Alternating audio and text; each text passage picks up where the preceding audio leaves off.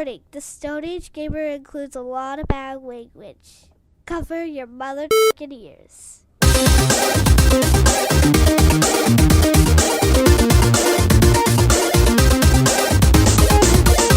Good evening and welcome to episode 168 of the Stone Age Gamer podcast for the week of September 22nd, 2017. Wow, I said stone, like really. Stone Age Gamer podcast. My South Jersey accent came through like, man, that is unavoidable at times. It is. We're going to go get Stone Age Gamer. We're going to go get some water ice after this. Some water ice? Some water ice. W-O-O-D-E-R. Water ice. I am Kris Phantasm, and joining me, as always, is Hidden Golf Game Dan Ryan. Good evening. Dan and I have both been spending time with Metroid, Samus Returns, and we're going to talk all about what we think of it. But before we go any further, here is your weekly reminder that you can email us at mail@geekade.com.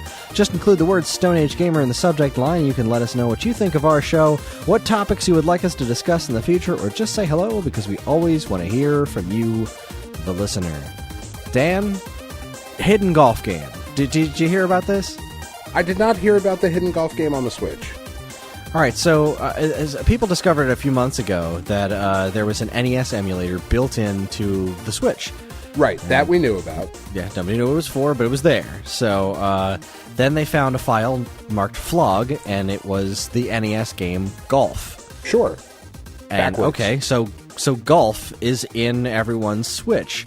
And then they discovered, obviously without 100% confirmation from Nintendo, but what seems to be the case is that game is in the Switch as a tribute to Satoru Iwata, because the game is only accessible on July 11th, which is the date he died.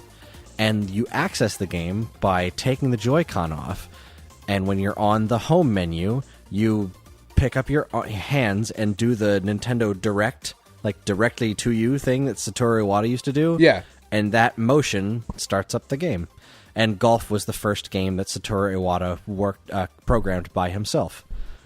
That's all types of spectacular. That's like that really is. That's so just about sweet. awful. Like, oh, God, the original Golf is an awful game, but holy crap, that is a really cool thing. That is very, very sweet. Yeah, I was really impressed by that. So way to go, Nintendo! Big thumbs up there. I learned all that from Go Nintendo, the website. Fun go little, Nintendo, go Nintendo. Way to go, Nintendo, and go Nintendo, go Nintendo. Go Nintendo. So, what have you been up to, Dan? How are you? How you been? Oh, we didn't get to catch up last time because you missed the first chunk of the episode.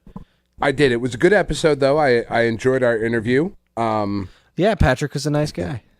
Yeah, Patrick rules. Everybody should buy his book, The Minds Behind the Games. Available right here at geekade.com. Right? We're selling it as well, I think. Sure, why not? Fair enough. Send us money. We'll get you a copy at some point. Yeah. Our version is much more expensive than every other website, though. It's very strange. No, man, like right after I got done with the show last week, I started like, I have a little bit of a pain in the Gulliver there, right there in the old throat. That's not a good sign. And by Friday, I was full blown sick. So even though my hot, sexy wife pre-ordered Metroid for me so that I could pick it up on my way home so I could have a physical copy, because like it's weird. You know my stance on digital things. Like, give me all the digital stuff. Mm-hmm. Except for Nintendo games, I want them physically. I don't know why. I just do. Yeah, I get it.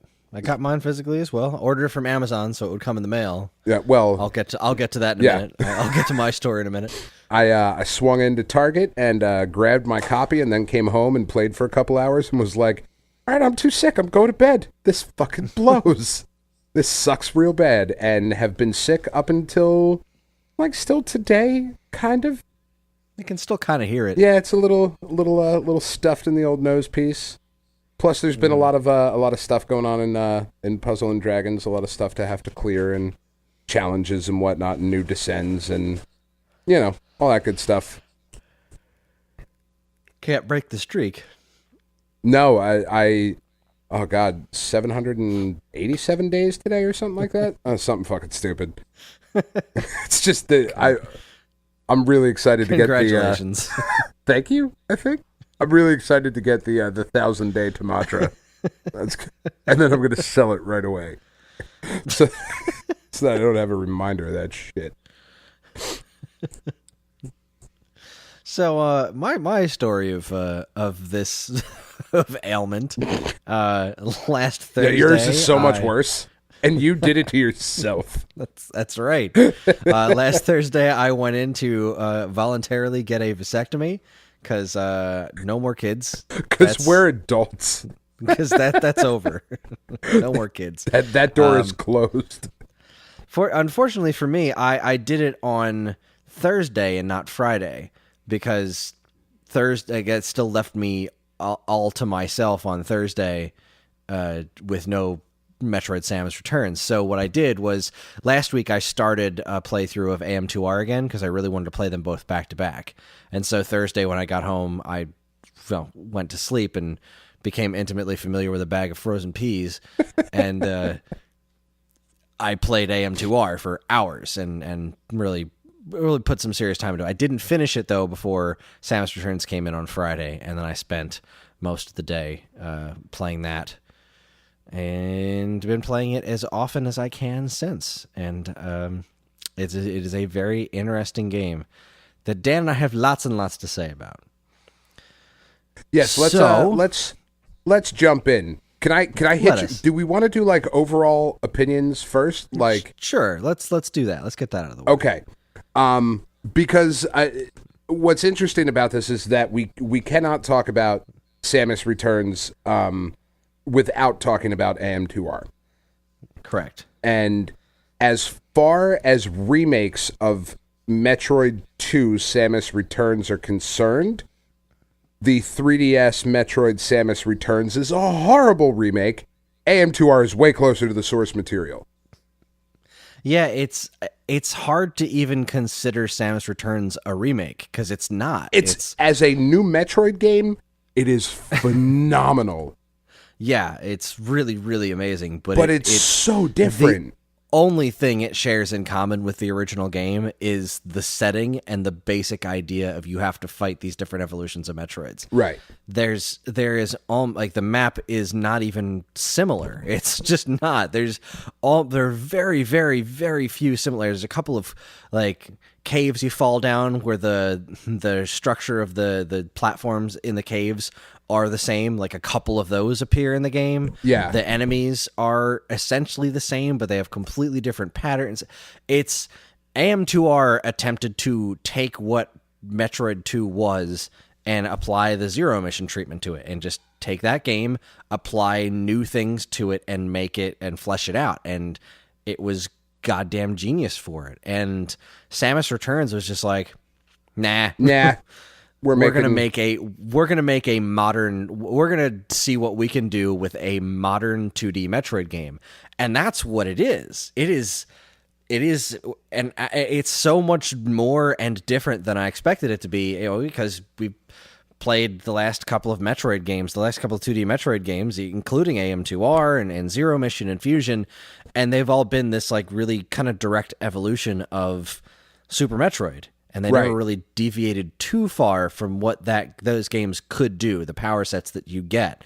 And Samus Returns is like, no, screw all that noise. We're not going to base this on anything. We're just going to make what would modern sensibilities be in a 2D Metroid game. And it borrows some stuff that they learned properly from Other M and applies it to a straight-up 2D Metroid. And it's... Okay, yeah. It gets a big fat hairy thumbs up for me as well. Especially it really a little is, bit later in the game. Yeah, it is. It really is a spectacular game, but it is not a remake of Metroid 2. It is a completely new thing. What would you even call it? Like, it's just a complete reimagining? It is a complete reimagining. Because it is, it is that same story. Not that it's like a huge story or anything, but it's that part. It is this story of Samus going to SR388 and eradicating the Metroids and... the spider ball, and there's the things that happen in the game. There's that basic outline, but it is so far removed from it. It's just a complete and total reimagining. All right, show's over. We're good. Yeah, that's it. Go play more Metroid. Go play Metroid. Join us next week when we interview Patrick Hinkie again. Just for shits and giggles. Just for shits and giggles. I didn't get enough Ask chat. him what he thinks of Metroid. Yeah. So, all right, you've got kind of a list here of how you want to go through this. So yeah, these were just like I put in the notes just a bunch of things that I wanted to tap on, and primarily the controls were a bit of an issue for me at first, and they have been an issue. They're not an issue anymore because where I'm at in the game, I now have the plasma spacer death beam and the screw attack. So it doesn't matter anymore.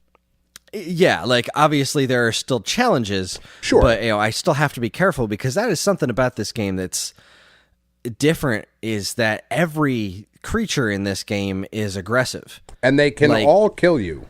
They can all kill you. Not so much for me anymore, but there are ones that will take chunks out of your health, and if you're just careless too long, they will eventually kill you. I haven't died in a while, but before I got the gravity suit and the spacer death beam and the screw attack, I was dying pretty frequently, especially against the bosses. Oh, yeah. Like, those Metroid guys are tough. You know what I learned? A charged ice beam attack is really useful against alpha... beta Metroids, I think. Okay. The ones that are on all fours, but not the ones that stand up and start vomiting shit at you and climb on the ceiling. Right. Like, those guys, if you do a charged ice beam shot at them, it'll freeze over their stomach and they'll land, and they'll get up and do the charge that you can then counter with the melee move, which then you just pump a bunch of missiles into them, and that takes a lot of their health away. That melee move took me a long time to learn, is so hard to do on the Metroids, and it should be. But man, do I struggle with the timing on that. I did until eventually got it. Once it was almost like learning to play Punch-Out. All right, so if you haven't played this game yet and you haven't seen this yet, so what they added to this game is a melee counter, which is similar to in Metroid Other M. They had this dodge move that you could do, and if you dodged properly, like at this exact right time, you could do a counter attack that would do a shitload of damage. So what they did in Samus Returns, what I was getting at with all the creatures being very aggressive, is that in your typical Metroid game, there's a pattern that the creatures follow, and then you attack them and whatnot, and you learn their patterns and go about it. Like, creatures will fly back and forth or walk around in a circle. But in this game, they'll have their little basic patterns where they'll flap their wings around in a little circle or whatever. But when you get close to them, they'll attack you. Like, they'll just charge at you. And you have this move where Samus will swing her arm up, and if you hit them properly with that, it'll go into slow-mo, and you can just do a one-hit kill on them. And that's great. It takes a lot of getting used to, but the Metroids themselves, they have a tell. They'll all do this one specific white flash before they're ready to do a move that you can counter. And if you just wait for that, you really have to be patient and wait for that specific one. Then you can, I'm at the point now, if I'm fighting a Metroid and they're going to do that attack, I can nail them with the melee counter 90% of the time. But it took a long time to get there to be patient, like playing Punch-Out. You're going against a character and they're going to do a specific tell, and you have to dodge left, or you have to duck, or you have to counter, or whatever. It's just like that. And it's just like, you're in the middle of this fight. They have all these moves that can kill you incredibly quickly, and you just have to be patient, and you have to be really, really quick with your reflexes. And then once you get it down, it becomes a lot easier. And it really does fundamentally change the way you play through this game. It does. It's so weird too, because you're running around and now you have to beware of all the monsters, like the little monsters that you're just running past in something like Super Metroid or Zero Mission. Like, these things will all attack, right? And they'll keep coming at you until either you kill them or they kill you. And so you've got to be ready with that melee counter, because your weapon systems, unless you're pumping missiles into them, they're not going to do a whole heck load of damage. And the missiles aren't the easiest things to hit people with because they're not super fast, right? But what's funny is now that I have the Spacer Plasma Death Beam, I rarely use the counter anymore, because now that I have that weapon, and the screw attack, I can just kill things as I run. And now I'm playing it more similar to the way I used to play Metroid. So it's even more freeing now that you get all that stuff. Because you know that feeling when you're playing a Metroid game and you get to the end and you have all the power-ups and you're just like, well, I'm God now. I am unstoppable. I'm just going to flip. Screw attack, gravity jump through everything. Yep, I'm just going to destroy now I'm there. The everything.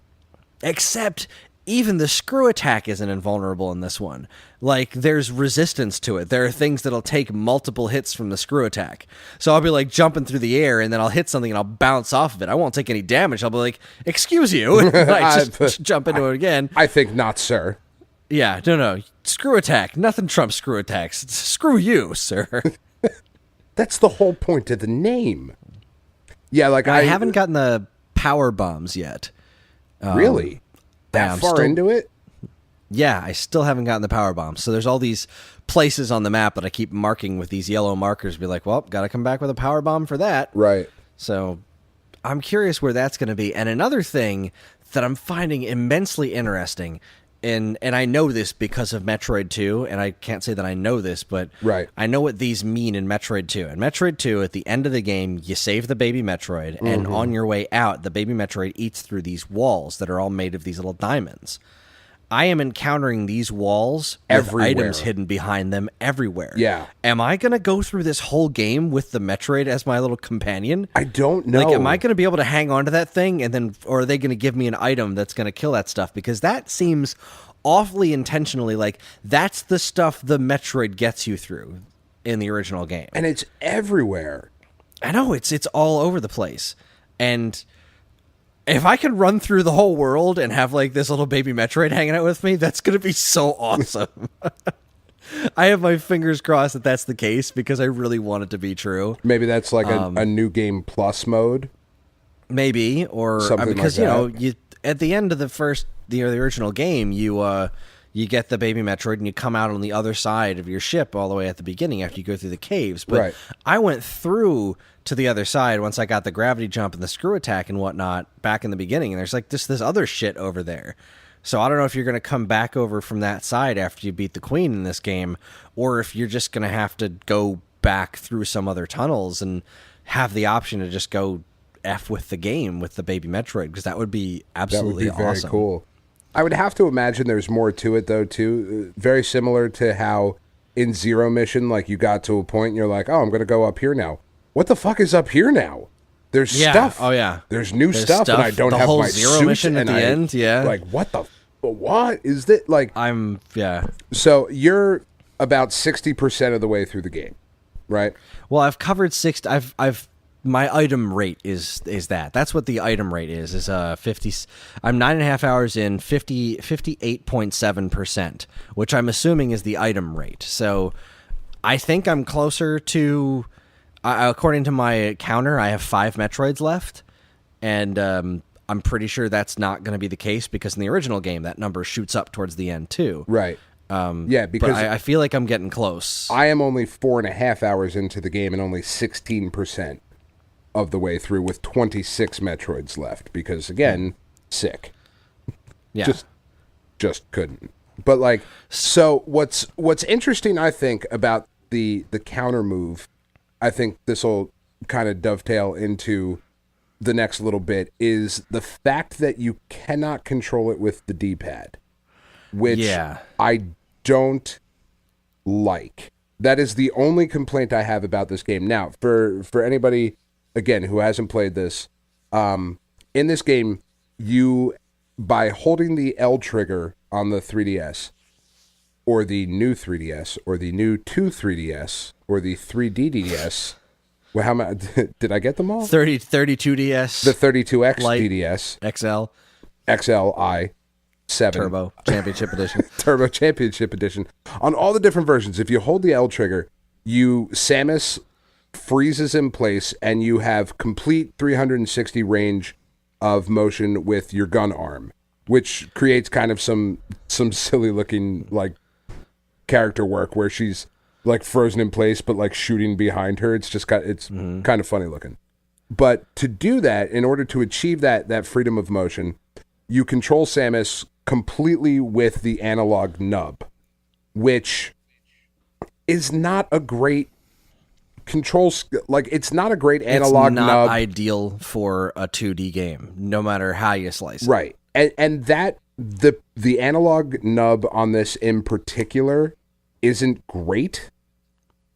I've never really cared for it all that much because it's more just a slippy kind of disc as opposed to an analog pad, stick. which is good for portable stuff, but it's like it kind of lends to why I really wish this game was on Switch. Right. And before anyone says it, I've seen a lot of people online being like, "Why is this game on 3DS? It should have been on Switch." And I'm not of that camp. I understand why this is on 3DS. I get it. What is it? I think it was I can't remember who said it. Somebody I follow on Twitter was saying like, "Oh, remember when Kirby's Adventure came out on NES after the Super Nintendo was out and everyone lost their mind?" Yeah, me neither. Like, well, yeah, I get it. It's fine. Keep releasing games on the 3DS. I'm ready to retire my 3DS. It's been out for a long, long time, but also keep in mind they have clearly established that 2D Metroid is a portable thing. Like this type of Metroid game is a handheld thing. This is where this lives. Metroid Prime 4 is the Switch game. No, I get that. I get that for a while 2D Metroid games have been for a while they've been only on portables, but it hasn't always been that way. Metroid 1 was home console, then 2 was portable. Super Metroid was back on the home console, and then after that kind of split off. 3D Metroid's on home console, but they've also done 3D Metroids on the handhelds too. So that's true. Federation Force and Hunters are on the DS and 3DS. So, but we don't talk about those. No, we don't. We don't except mention when we games. did that retrospective. So we talked about all of them. So where I was going to go with that, let me just finish this before we jump into the rest of the Switch. Because the counter move is so prevalent in the game, and then like you're saying, by the time that you don't necessarily need the counter move, but it does seem like the progression through the game was built kind of around countering the enemies. If you're not using it, you are really doing yourself a disservice, and you're making the game 10 times harder than it needs to be. So if I am countering enemies and automatically locking onto them to attack anyway, I don't need 360 degrees of motion. I just don't. There's also the problem with on my 3DS, I have the little secondary nubby off to the right, which you don't have, right? Like you have the earlier model. You have a new 3DS. I have an original 3DS. Yeah, so I have the little nubbier deal over here. Mm-hmm. But because not everybody has that, they couldn't put that as an option for 360 control. Because that would have been... They could have. They just didn't. Well, yeah, you're right. They've they done, could have. optional control. You have control options for people who have a new 3DS or something, and they could have done that, but they didn't. Now, the new 3DS, do you have 4 shoulder buttons or still just 2? It's still just the 2. Or no, it's 4. Yeah, there's the L, the R, and then the L, the ZL and ZR. See, now that's interesting to me. But all right, go on. Yeah, there's those 4. So because the counter is so prevalent in the game, like I'm already aiming at that stuff, and the times where I need to have a full 360 degree range of motion to aim at like a block that I'm going to shoot with a missile specifically or whatever are so few and far between. This game should control with a D-pad. You don't have the wave beam yet, do you? I do. You do? Yep, Once I got the wave beam, I started using that 360 degree thing all the time because I was always shooting through walls to attack enemies so I wouldn't have to go up and melee counter them. Sure. I mean, you can, but you don't have to. You know what I mean? Like, there really should have been that option because it just... Exactly. What I feel like it would have worked... It's the only complaint I have. Having it be... See, now the 360 degree thing, that didn't bother me with the lack of a D-pad option. See, I wanted to be able to do, switch back and forth between D-pad and analog stick. They should both work at all times. Right. And at any time, if I want to do the 360 move, just move my thumb up to the analog nub and do it that way.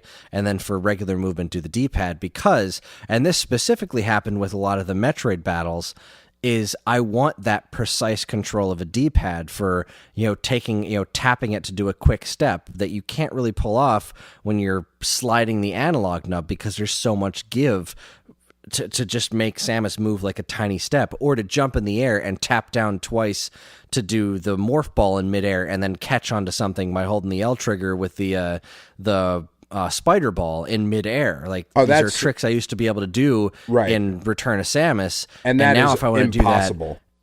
You can tap the bottom screen with your left thumb to do an auto morph ball roll, but that's something that AM2R did really well, is they made a dedicated button to automatically jump into morph ball, so you don't have to tap down twice to do it. So you can jump in midair, hit the morph ball button, and then hit the spider ball button immediately, and you can just do a super high jump and then grab onto the wall. Like, these are advanced techniques that you should have been able to do, and had this been on Switch with the extra buttons, or even if they had used those extra buttons and options on the new 3DS. Well, yeah, because that's the thing. You would have been able to do that. The ZL and the ZR, I can't set those to automatically roll into a ball.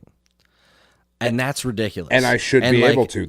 And using the D-pad. The D-pad is being used for selecting between your Aeon abilities, which is really funny to me, those Aeon abilities, because in the beginning of the game, as I'm getting the Aeon abilities, I'm treating them exactly as I treated the, I can't even think of what they're called anymore. The things in Zelda, runes, or they're not runes, like the magnesis and whatnot. I can't remember what they're called, but I didn't use those things for the longest time. I just kind of forgot I had them because they weren't part of playing Zelda to me, just like these Aeon abilities aren't part of Metroid to me.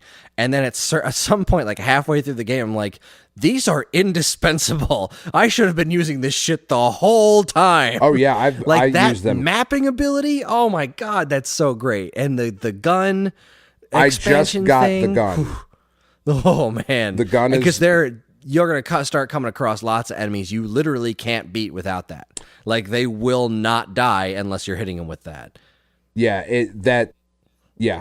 like, I just got the gun, and it was like, because this game does a really nice job of being like, hey, here's a new ability, so why don't you go check out this new ability, like, over here, like, try it out. And like, I got that gun and was like, oh my god, this is incredible. This is the best.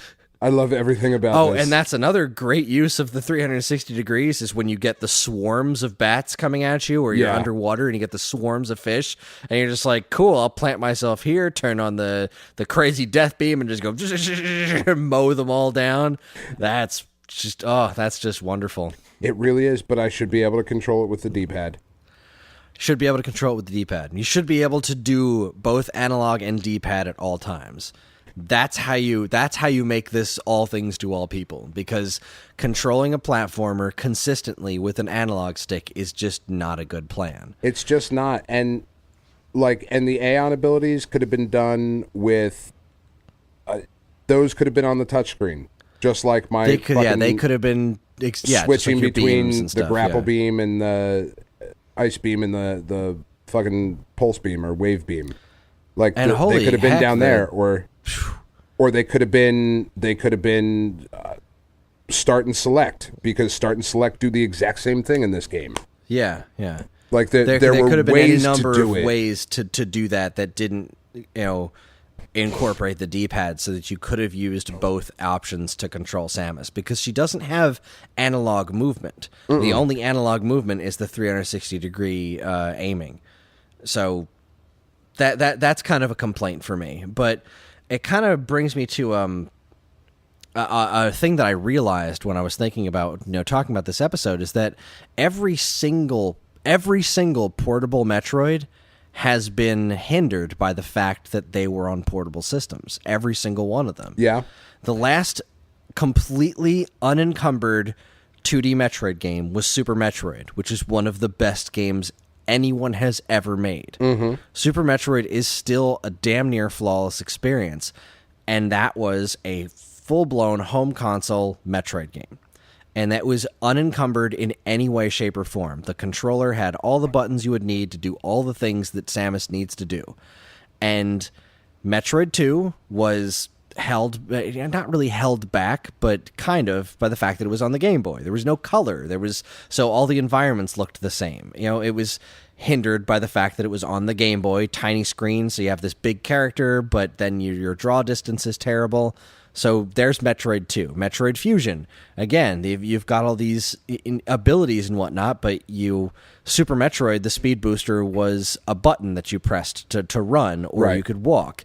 And in this one, it's like, well, now the speed booster is you just run for a certain amount of time, and then it'll automatically kick in. Like, they did these things that needed to be done to kind of incorporate that into the restrictions of the buttons. Right. Same thing with Zero Mission. Same thing with even the 3D Metroids that hit on portable systems. There's always something holding them back. Be it just, the graphics are made for a tiny screen or something.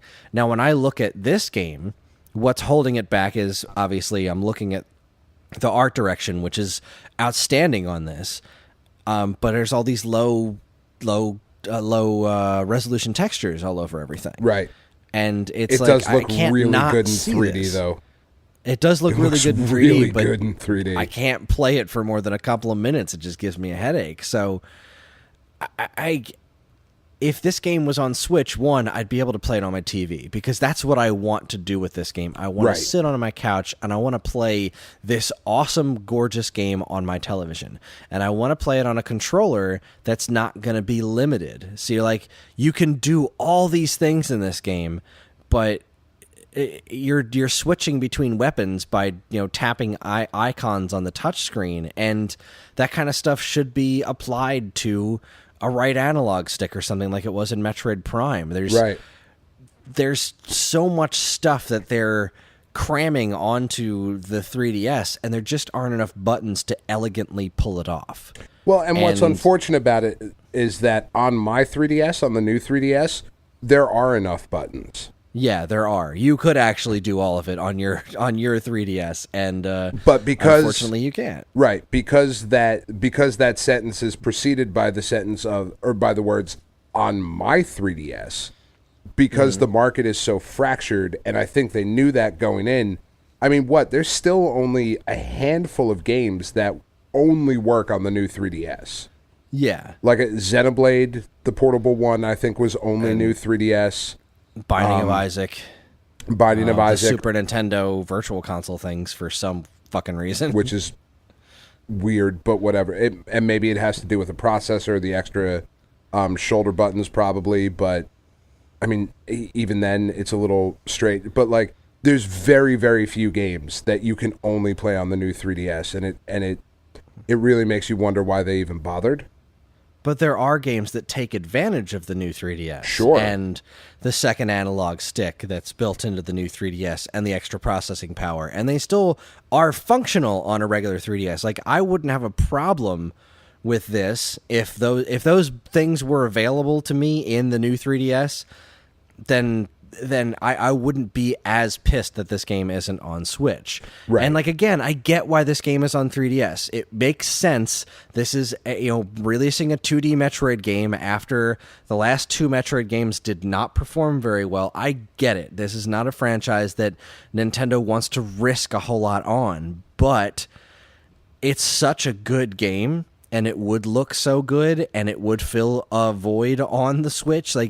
It makes a lot of sense to eventually port this to Switch in HD, and I would buy it again in a heartbeat. But primarily, I think you will see that. I think that's a pretty safe bet. I really, really hope so. Really, the biggest problems in this game that I have are the limitations of the 3DS. Right. And they don't exist on the Switch. And this game would look so gorgeous in HD. This would look so nice with a texture pack, and oh God. Well, and what's nice about it is that the game exists, and an HD upscale isn't the hardest thing in the world. I mean, Okami is coming out again on PS4. Like an HD of the HD for Okami, which will look stunning on that. We're getting Shadow of the Colossus again. You know, and I don't know if you saw there's a video going around today. They showed at TGS right now, they showed the exact same trailer that they showed in 2005 for Shadow of the Colossus. They showed it side by side with the current Shadow of the Colossus trailer, and the difference is staggering. Like, you look at the one from 2005 and you go, wow, I used to think that looked good. That looks like dog shit. Oh, God, why would anybody have played? Like, it's so vastly... But this is now a market in video games, right? Like, HD remakes is something. We've done shows about what games we would like to see, you know, upscaled and whatnot. So, so for Nintendo... Or even just ported elsewhere. I mean, look at look at this the library for the Switch and how it's not even a bad thing. Like, they're gonna sell Skyrim on Switch. That's gonna sell. Like, probably. And that game is old, and I'm now convinced that game's actually gonna sell. I'm gonna buy Doom when it comes out on Switch. It's that quick segue. That was one of the games. Remember, I always said, like, I really want a PS4 because there's a handful of games on it that I really, really want to play. Yeah. Doom was like number 2 or 3 on the list. Oh, yeah. I love Doom, and I wanted to play that game so badly, and now I can. I'm so freaking stoked, and it looks good. It looks really good. They showed the video footage on Nintendo Direct. I'm like, are you kidding me?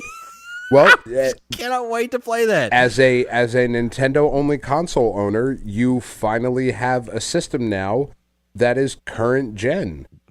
I mean, so long Nintendo has been last gen in the current gen. And it is still technically kind of last gen. Like, it's not going to run some of these games, but it's not going to run Destiny 2. It's not going to run, you know, Horizon or shit like that. Or Assassin's Creed Origins, but at the same time, like, it's capable enough to run Doom looking that good. That's good enough for me. Mm-hmm. I do not mind taking a hit in graphics for the ability to play games on the Switch. I don't mind at all, especially if they're going to look that good. I know, granted, Doom isn't like holy crap amazing. Doom, I think the holy crap amazing is a lot more the art direction than the actual tech, but at the same token, like, it's still pretty damn impressive looking. So, well, that and the fact that it is going to run smoothly. Exactly, it's going to run smoothly. It's going to look good. It's going to feel good. We're not talking about a what was the Wii Dead Rising game? Oh God, Dead Rising Chop Till You Drop. Yeah, which wasn't as bad as everyone said it was, but it was still pretty, like, the zombie hordes were like a third of what they were supposed to be, which was half the fun of the game. But regardless, we're not talking about that kind of a situation. We're talking about a downgrade to still damn good looking, you know? Right. And we're talking about a downgrade to first generation PS4 games. Still pretty fucking good. Like, still, you know, we're not too shabby. We're very quickly approaching a level where the graphical fidelity is almost at a point where it's like, okay, like, yes, this could look better, but really, how much better can it look? Yeah, like, you're not going to notice it unless it's sitting side by side. Like, right. The NBA 2K18 comparison videos came out, and I remember seeing, like, why are you comparing Switch to PS4? And, like, no, look at this. And you're looking at them side by side, and you're like, okay, I see there's a difference in the PS4 one, but then they'll do, like, and this is the Switch, and this is the PlayStation 4, and this is the Xbox One Elite or whatever, and you're looking at it, and you can see them when they're next to each other. You can see the difference, but when, like, the Switch NBA 2K is running solo, I'm like, I don't see a difference. That looks good. It looks the same to me. Yeah. Like, so, and that's the thing. Like, the bigger concern now is, can we get games that keep a consistent frame rate throughout the entirety of the experience? Like, when we're, you know, lock it at 60, lock it at 30, like, whatever it's locked at, it has to stay at now. And that's it's kind of nice that we're at that point now, because that also improves the gameplay experience to such a staggering degree. Like, frame rate, for so long we always talked about graphics, because the jumps were so huge, 8-bit to 16-bit, 16-bit to, I mean, to PlayStation, you know, Super Nintendo to PlayStation, because we're going to not talk about the 32X. And then from there to, like, PS2, PS3, we're going 32 to GameCube, 64, 64 to 128. Yeah, and then at some point it was like, all right, this is starting to get really good. Now let's focus on the frame like rate. Xbox, but that's Xbox not as 360, sexy, yeah, that's not as sexy as, but it is. That's the kind of shit that's always been. It's one of those things. Like I feel like Nintendo has always done really good at locking their frame rates and whatnot, and it's that piece of presentation that has always turned me off to games like Skyrim or whatever, where it's like, yeah, it looks really good on paper, but once it starts moving, it just kind of falls apart. But yeah, we've gotten way off topic here. Bringing it back to Metroid. We're going to take a break in a minute, and we're going to come back and really compare it, like point by point, compare it to AM2R. Were there any other just Samus Returns thoughts that you wanted to come out with before we take a break? Metroids are fucking hard. They're such assholes. Like the boss fights are really fun. Like the Metroid fights in this game really cool. Are really, really fun. There's always like a slight little difference. Oh, the one thing I did want to mention, when you get the Varia suit, so you can go in the hot areas, the music change there is so good. It is. So it transitions to that. Oh my It's music God. from Super Metroid, and it's but it is so perfect for like shit has just gotten real. You know what I mean? Yeah, like, and when you fight Metroids, that music doesn't change. No. Everywhere else in the game, when you're fighting a Metroid, the music changes. But when you're in the hot areas, it just like it keeps going with the Ridley's Lair music, and you're just so like, good. Shit. And there's like different flavors of Metroids. Like some of them are all electric, and then some of them are all like fire, and it's very awesome. cool. I mean, it's just they have done such a good job. Like this game is almost fan service to a point. Like, and we touched a little bit on the Aeon abilities, but like they really are game changers for lack of a better term. You know what I mean? Yeah, like they're legit new abilities. And it goes back to this, actually, a really good point. It goes back to what I was saying about this is a modern Metroid game. Like there are all the accoutrements of modern games that you didn't get in the older games. Like you can leave markers all over your map that say this is where this is. This is where this is. You can do whatever you want with your map. It's got the 360-degree aiming. It's got actual new power-ups. When you die, you don't go back to automatically your last save point. You'll just go to these internalized checkpoints that it doesn't tell you that it's doing it. It's just right. You just kind of pops you back a minute before, and also it treats Samus kind of like she animates and moves like a modern badass. Yeah, and they learned a lot of that from Other M, which was one of the things that game really got right, was that Samus is not afraid to jam her gun in something's mouth and blow its brains out. Like she's a fighter and not just somebody who shoots at things from a distance. This melee counter thing that they added to this has really kind of opened up some cool avenues for Samus. It's awesome. It'll be really cool when they add that to the next Smash Brothers. Well, they kind of already did that. These kinds of like her smacking people with her gun. That's something that she does in Smash Brothers, and they like her throw in Smash Brothers is the grapple beam. You know, she grapple beams you, pulls you in, and then starts punching you in the face. Like it's neat to see that kind of stuff being added to the actual Metroid games, as opposed to just this is how she fights in Smash Brothers. Yeah, I am very impressed with what Mercury's theme has done with this. Yeah, and seriously. Because I was a big little fat concerned. kudos to Mercury's theme. Yeah, me too. Like I like their Castlevania game on the 3DS. It's not the best Castlevania game on the 3DS, but I like it. You know, it was cool. It had Metroid some good ideas. I think my favorite feature that they added though is the little when you get an Aeon ability, the little like roll into a ball, like the tongue like does like a wave, the little and Chozo thing that kind of rolls you through.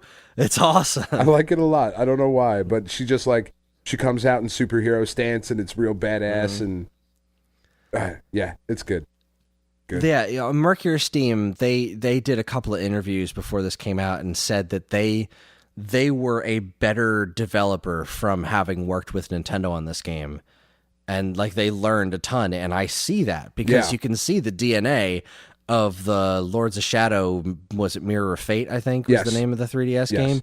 You can see some of that DNA in here. And absolutely. The very basics of what this is built on, but you can also see that they really refined, because what they tried to do with Mirror of Fate was add this kind of melee aspect to the Castlevania thing where it's like just whip, whip, whip, and then they added like blocking and some more melee type moves, and they didn't really hit that balance, and they didn't really hit the exploration all that well. Right. And when they worked on this game with Sakamoto and whatnot, they really just melded what he knew and the Nintendo team knows with what they know, and they made this really incredible experience.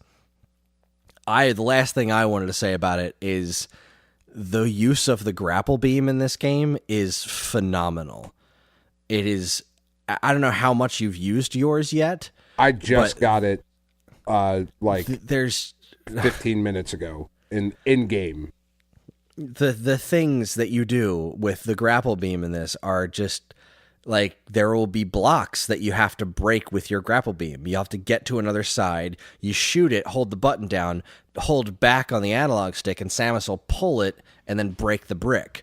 Or there will be like a long passage with spikes on either side, and you shoot the grapple beam up and she'll like jump up there, and then there'll be another one to your left, and you can grapple beam and pull yourself to the left, like instead of just up and swinging back and forth. And eventually you will get to use the grapple beam on some Metroids. The next stage of evolution in the Metroids, they'll climb up on the ceiling and start shooting fireballs at you, and this little red spot will show up on their back. And if you shoot your grapple beam at it and hold down, Samus will yank the grapple beam, pull the Metroid off the ceiling, and it'll kind of get dizzied, and you can take a bunch of shots at it while it's laying on the ground. That's incorporating the grapple beam and all this shit they did that in Metroid Prime 3 a lot, and it was wonderful. Like, the grapple beam is such a great item, and it's more than occasionally underutilized, especially when you get to a point in like Super Metroid, for example. It's essentially useless once you get the gravity jump and the screw attack. Right. That's not so in this game. Like, you can't fit when you're doing a gravity jump screw attack through certain passages, and using it to break specific bricks that you can only shoot the beam through because they're through these tiny little holes you can't fit through. They so freaking clever. It's really, really intelligently made. And I if I were wearing a hat, it would be tipped to them right now. Mine is. I'm wearing a hat for the both of us. Outstanding.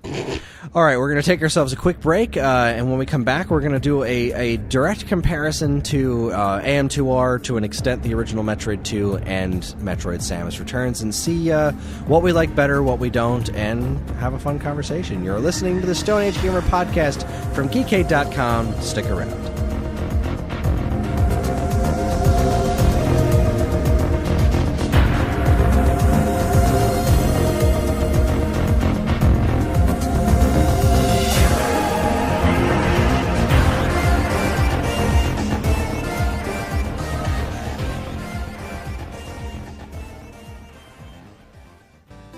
And now, here's a look at some of the other original content available right now at Geekade.com.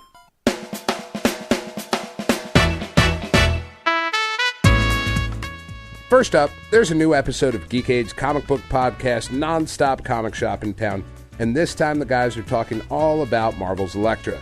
Catch Jordan's review of the first 3 issues of Elektra Bloodlines, a tribute to watercolors, Dream Logic, and YOLO guns. Can all Elektra Nachos...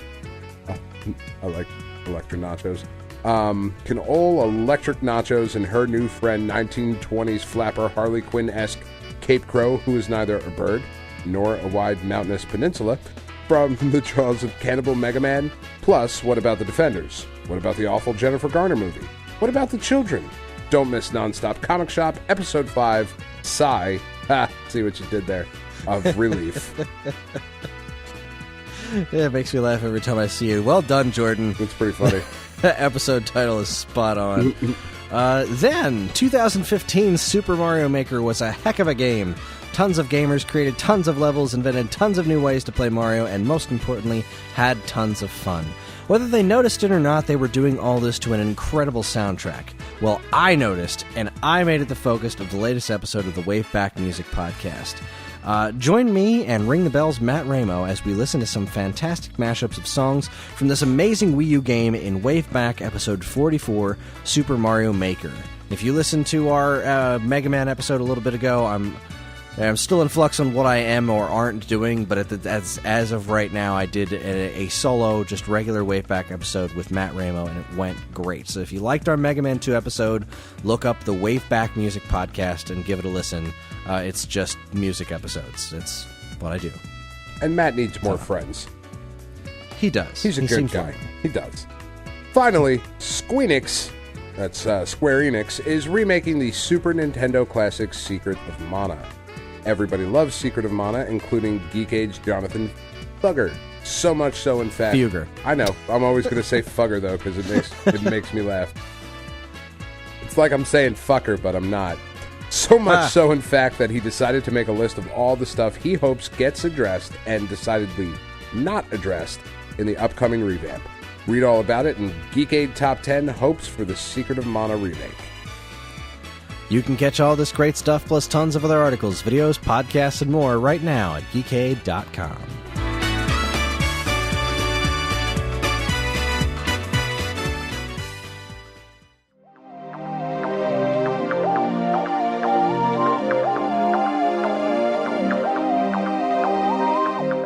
And we're back.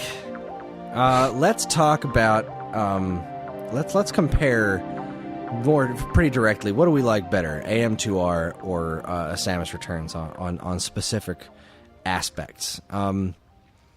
Overall, now you haven't finished either of those games, right, Dan? Right. I lost my save somewhere in my computer. Because I moved a bunch of shit around and got a new hard drive and whatever, so I have to go back and start AM2R. It's kind of an unfair question, though, because they're different games. They are very different games. They are so different. But they are two different takes on the same subject matter. Right now, my leaning is towards AM2R only because I get to control it with the D-pad. Like, that's the thing that kicks it over to AM2R's court for me, because I haven't gotten, like I said, I'm 16%. I'm only 4.5 hours into this, so maybe when I get the Screw Attack and Super Ultra Mega Death Beam and whatever, and whatever the last Aeon ability is, that might push it back. I won't spoil that for you. It's pretty rad. Yeah, that might push it back towards 3DS Samus Returns. This one, I did finish AM2R, and I haven't finished Samus Returns, so I can't say for sure which one I like better overall, because there's still more of Samus Returns for me to see. Right. Right now, I might be leaning towards Samus Returns. Okay. Just because it is it's not really derivative of any other Metroid games, whereas AM2R was. And not in a bad way. I gave AM2R my game of the year that was quote-unquote released. Right, yeah, last year. For a goddamn good reason. That game was incredible. Blew my mind. Yep. There's no reason it should have been as good as it was. Yeah. There's just absolutely not. So let's break it down to some individual categories. Let's start with music. AM2R or Samus Returns? That's really hard because I like a lot of what was done in AM2R, but I think I would go with Samus Returns. I'm going hands down AM2R. Really? I'm enjoying the music in Samus Returns, but so there wasn't a lot of music in Metroid 2 Remake. Right. And I think what they did in AM2R was far more clever and interesting than what they've done in Samus Returns, because a lot of the areas are just a lot of ambient sounds, right? Which was what the sound was in Metroid 2 a lot. So in some ways, it's a little bit closer to, at least the music design, a little bit closer to the original game.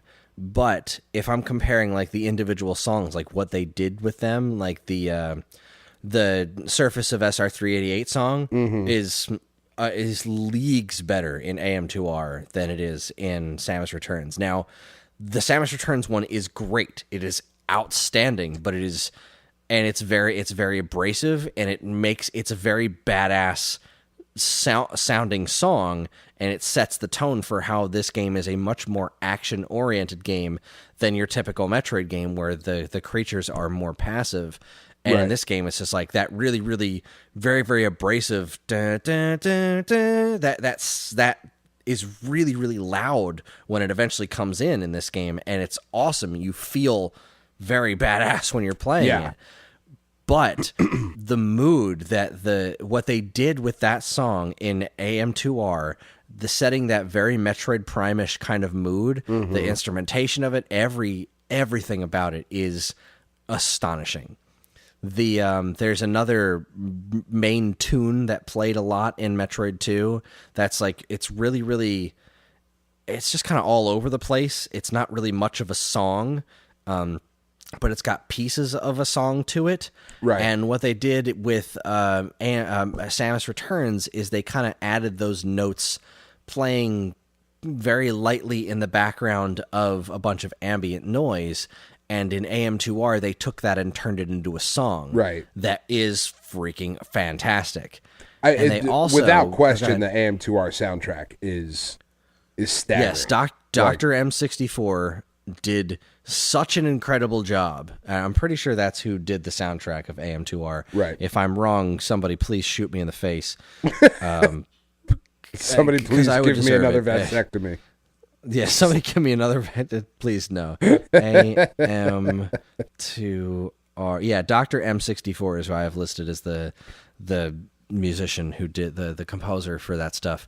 Now, AM2R also took songs from previous Metroid games, especially from Super Metroid, right, and applied a new style to them. And while, again, I don't want to detract from the sound design in Samus Returns because it is amazing. We're comparing two really, really, really, really, really good soundtracks here. But for as good as the Brinstar Depths music is, the remake of Brinstar Depths in Samus Returns, the Brinstar music from Super Metroid that was remade in Metroid Prime style for the water zone that they did in AM2R. Yeah. Just blows it away. It is incredible what they did with that. So my vote goes hard and fast to AM2R and the music design. All right. Next would be the environments. What do you think? I am giving that to Samus Returns, mostly because, like I said, I'm playing this mostly with the 3D on, and getting to see the waterfalls that are in the background in 3D, and there's certain parts of the game where, like, as you're jumping up, columns are crumbling in the background. And has the giant robot attacked you yet? No, I haven't gotten to the giant robot attack. Okay, I'm not going to say anything. Okay, then. you might have already said too much. Like, there's a lot of. If by the time you realize what's happening, it's too late. You're just like, oh fuck, that is a giant robot. Shit, god damn it!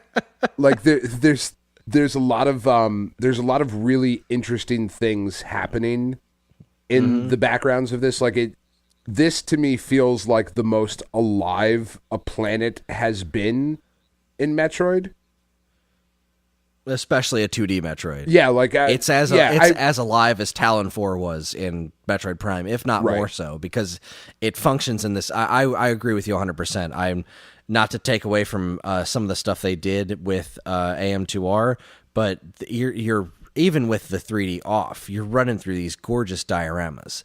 And this is part of what I mean by it. It is a modern 2D game where it's like, it's a 3D environment. This environment is cohesive. It makes a degree of sense. And it's so like, oh God, the waterfalls like you're talking about. And every time I think like, all right, here I am back in another purple cave. Then I walk into a big room and it's like, there's animals eating stuff in the background and like creatures crawling around. It's like, holy crap. Yes, there was another dank cave for like 15 seconds, but now there's all this other stuff going on too. And it's really, really, really, really awesome. Yeah, like it's so interesting if you think about like the first Metroid, where it's like it's just black. It's just black. It's just black. Black back there, which so many of the original NES games were. Like they're just just a solid color. When they did the Konami, or not the Konami remakes, the Nintendo remakes, like the Kid Icarus that has a background. The 3D classics where they added the backgrounds. The 3D oh my classics. god, Like it looks it's so cool. good. Like there's it gives it a just so much more life, and like it makes me really, really want this sort of treatment done to like Super Metroid, because as phenomenal as that game is, there is a certain amount of flatness to it.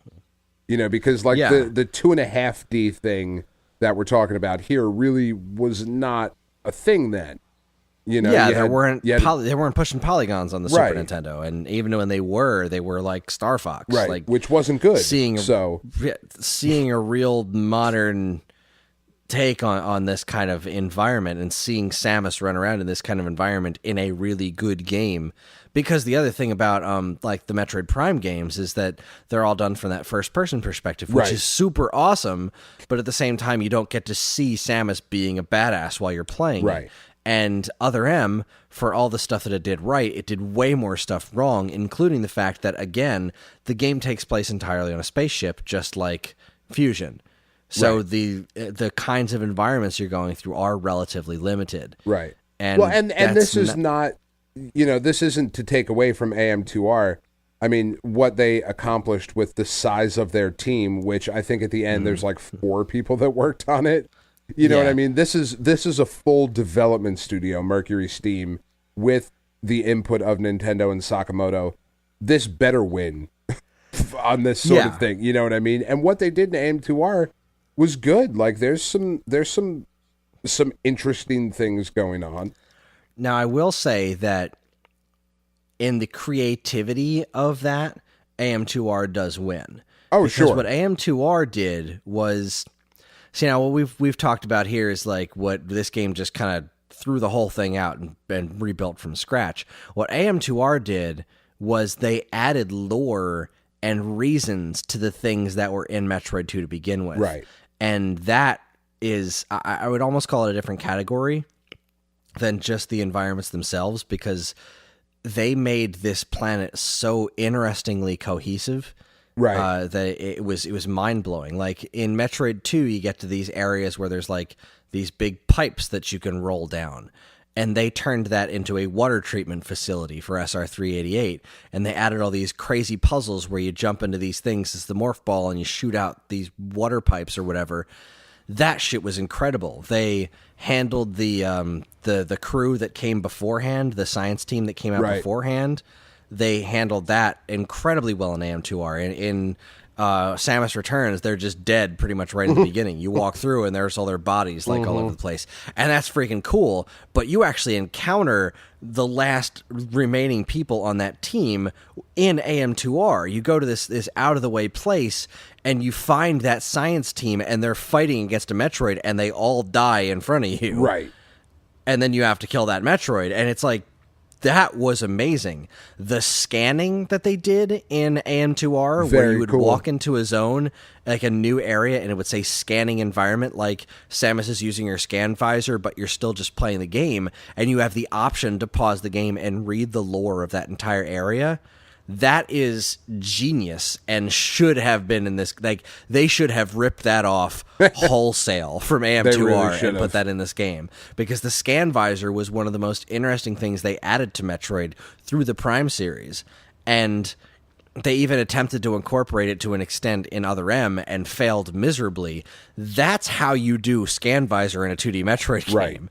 Is having it scan the environments piece by piece, and that's how you keep adding this interesting lore, which they had a ton of in AM2R, which was great. Added so much to it. So in that respect, I feel like AM2R did some really, really great stuff, including some very unique puzzles that they don't have in Samus Returns. Like, there are some neat puzzles, but it's like you're still... It's not like the puzzles are a big part of the game, because with the exception of like the Prime games, there usually wasn't a whole lot of puzzle solving in the environments. It's usually like, all right, well, how do I get through this kind of thing? How do I blow up the right block? Right. It's more just an obstacle course. Yeah, as opposed and whereas to in a puzzle. AM2R, they took hints from the Prime series where you'd have to like figure out these machines or these things to open up a door or find your way through something. There were actual environmental puzzles, almost Zelda style, and the ones that they came up with in AM2R were great. They really were. Just some absolutely great stuff. But of course, in Samus Returns, they did stuff like the warp stations, which are huge, especially when the game is this big. Oh, I love them. Being able to traverse I love them warp so points much. is so great. It's not quite as freeing as the automatic warp from anywhere in Zelda was, for example, but it is still extremely freeing in a Metroid game like this. And they haven't done that in a 2D Metroid game. They added that stuff once in Castlevania Symphony of the Night, and they've been in the Castlevania these style games for a long time.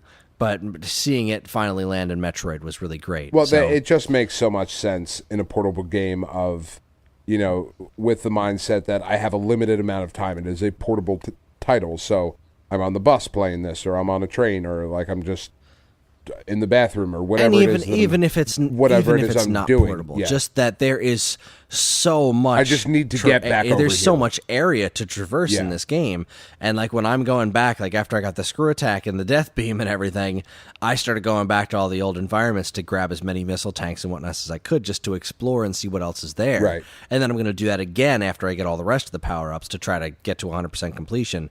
Try to get rid of that That damn was diamond shit. I hope I get to run around with the baby Metroid. I really hope I do. I think what you're asking though are two different things though, like environment versus world building. Like world building, Yeah. AM2R wins, but as far as environments, Samus Returns. Samus wins. Returns, yeah. What about art direction?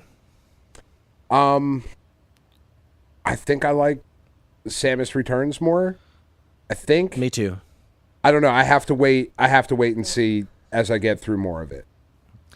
AM2R, that was one of the minor, and I mean extremely minor complaints I had when I talked about AM2R. I said it was missing that little tiny bit of extra Nintendo polish. Yeah. And pieces of the art direction were what I was talking about. Yeah. Like you could tell which assets were reused from Nintendo games. You could tell which assets were new. Right. And Yeah. you could always see that in AM2R, and it was very impressive. I do not want to detract from that at all, but the direction they took all these character designs, especially the Metroids in Samus Returns, absolutely outstanding. And Samus looks great too. Yeah, that's I dig really her what design pushes in this it game. over the line for me is the fact of how good Samus looks in Samus Returns. Is there anything that the original Metroid 2 gets right that AM2R and Samus Returns doesn't do better? No. Agreed. No, they're just as, not a damn thing. and again, it's so unfair to compare something Yeah. that was on the original Game Boy. I mean, it's akin to comparing fucking Super Mario 64 and Super Mario Land. Like they both have their place. There's reasons that they're both there, but like, no, it's just we have now come to the point where absolutely every aspect of Metroid 2, like Metroid 2 has been replaced. Right. We're at this point we're comparing apples to baseball.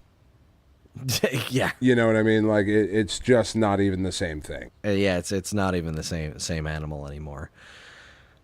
All right. I can't think of really anything else about this game that I wanted to say, or these games, other than I am gonna, after I finish Samus Returns, I want to go back and finish my playthrough of AM2R again, because I did really like the back half of that game as well. I still want AM2R. Somehow I want it on my 3DS. I want to be able to play it on my television properly. That's all I want out of any game, and that's really why I love the Switch so much. Is that it is at all times a fully functioning console on that little screen and on the big screen, and it is a handheld that is not encumbered at all by the fact that it's a handheld. Yeah, and every game that's released for it, I can play on TV. they just announced that Picross is coming out for it. Jupiter is making a whole big Picross game for Switch, so I'll be able to sit on my couch and play Picross on TV again, which is I haven't done since my Super Game Boy. Like I'm really jazzed about that. Which is crazy that it's been that long. Yeah. Well, I mean, there was like 950 Picross games released for 3DS. Right. And I love them for it because I can just take my time, and when I'm done with Picross E3, I can download Picross E4 for another $2 and get another 6 months or so worth of Picrosses out of it, which is wonderful. But now I'm just going to get them on Switch and be happy for all eternity because I love Picross. But yeah, with the exception of the fact that I want this game to be ported to Switch, like I'm glad that they gave the 3DS another awesome game like this, but with the exception of Chicken Wiggle, which I also downloaded, I'm about done with my 3DS. Well, and that was what I was going to ask to end this. Do you think that this is the last hurrah, as it were, for the 3DS? I hope so, and I think this is a wonderful swan song for the 3DS. And now the 3DS has gotten excellent games in like every major Nintendo franchise, which is awesome. There is an excellent Mario game, Metroid game, Zelda game, and Kid Icarus game on the 3DS. That's fantastic to me. All it's missing is Punch Out. Yeah, that's right. It is missing Punch Out. But that said, the 3DS was a remarkable system, but I'm about done with it, and which is one of the reasons I didn't buy Chicken Wiggle the day it came out. And just a quick segue, Jules Watson, who made Chicken Wiggle, he wrote a whole blog post about how Chicken Wiggle sold abysmal when it came out, and it was getting great reviews. It had some positive buzz, and he was trying to figure out why it didn't move, and he feels like a lot of the audience has moved on to Switch. And I can at least confirm from my point of view, I didn't buy it because I was hoping that it was going to come out on Switch. Right. And because I'm done playing 3DS. I'm not enjoying holding my 3DS and carrying that thing around with me anymore. Like I'm not. That was the only other complaint I was gonna mention. You just reminded me of it. Because of the way I hold this system, there have been 3 times where in the middle of playing the game, I have hit the power button and been like, I accidentally ejected the game card in the middle of my game. Yep. Just lost all that progress. Yep.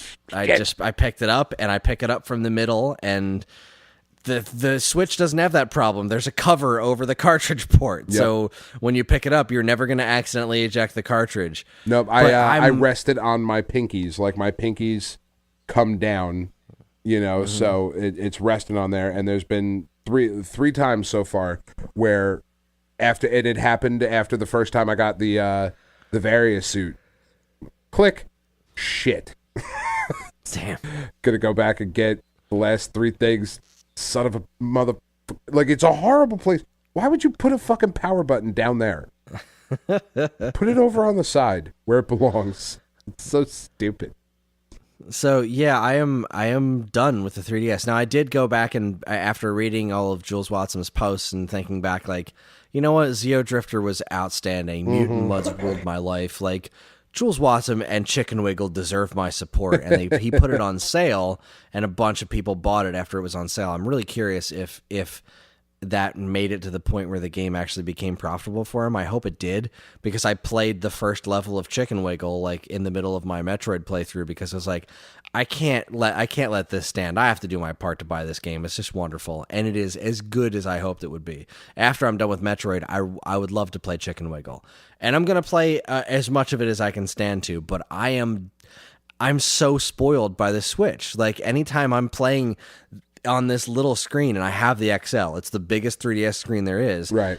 I'm playing on that, and I'm like, man, I played Zelda on my Switch, and I'm spoiled by that high quality screen. It's gorgeous, and I'm spoiled by being able to just plug it in either downstairs or upstairs and play it on my couch on my television, which is how I want to play this game, because this game it feels modern and it feels big.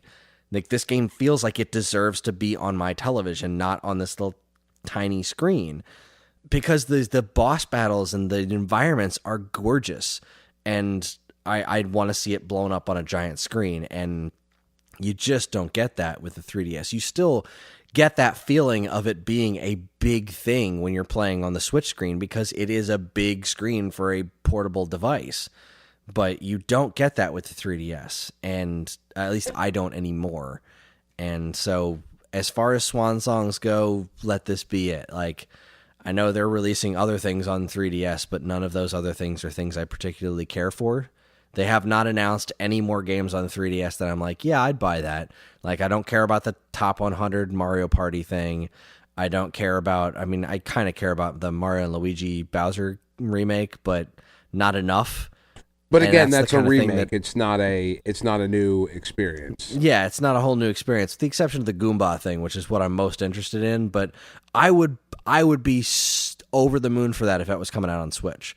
But since it's on 3DS, like, and that's kind of the difference. Like, when we're talking about releasing games on NES after the Super NES was out, that's a different animal right there, because the NES, like, it's not like NES games were intrinsically bad at that point. Not that 3DS games were intrinsically bad, but the way you played them was still a controller to something hooked up to a television.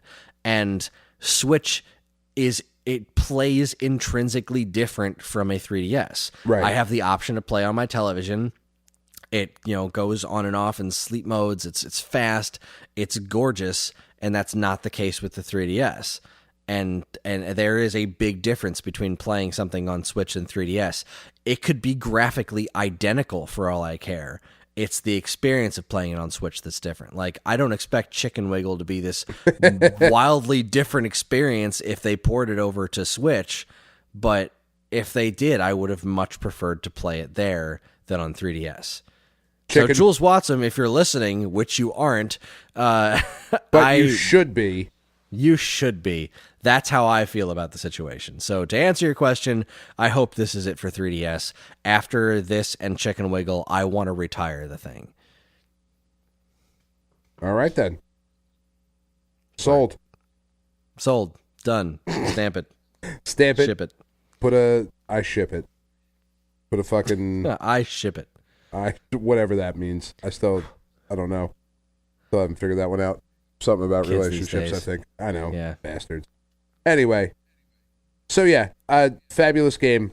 We'll talk more about it because we'll both finish it relatively soon, I imagine. Like, now that I will have some time. I feel confident that I'm coming close to the end of it. We're both going to go back to playing it as soon as we're done recording this episode anyway. So I am playing it as we're talking. I'm just kind of walking around and killing things, trying to get back up to areas that I might have missed previously.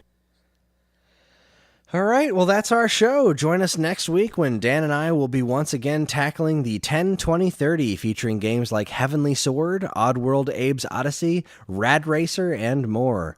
Once again, you can get in touch with us at mail@geekade.com, as well as all flavors of social media that we inhabit. You can like us on Facebook, find us on Instagram at Geekade, subscribe to our YouTube and Twitch channels for all our latest video content, and follow us on Twitter at @_Geekade. You can also find us individually on Twitter. I'm at Geekade Kris. That's Geekade Kris. Dan is also at Geekade Dan. If you're interested in more information about Metroid, because that's all we discussed tonight, be sure to check out our show notes, and while you're at it, you can also subscribe to this and any of our other wonderful podcasts on iTunes or Stitcher, where if you're super nice, you can leave us a review, because any and all feedback is welcome and appreciated. We'd also like to thank our intrepid editor, Evan, for making the show listenable for all you folks, and we'd also like to thank Mark TDK Knight for our show's theme. You can check him out on SoundCloud and Bandcamp, or his website, which we'll have a link to in the show notes.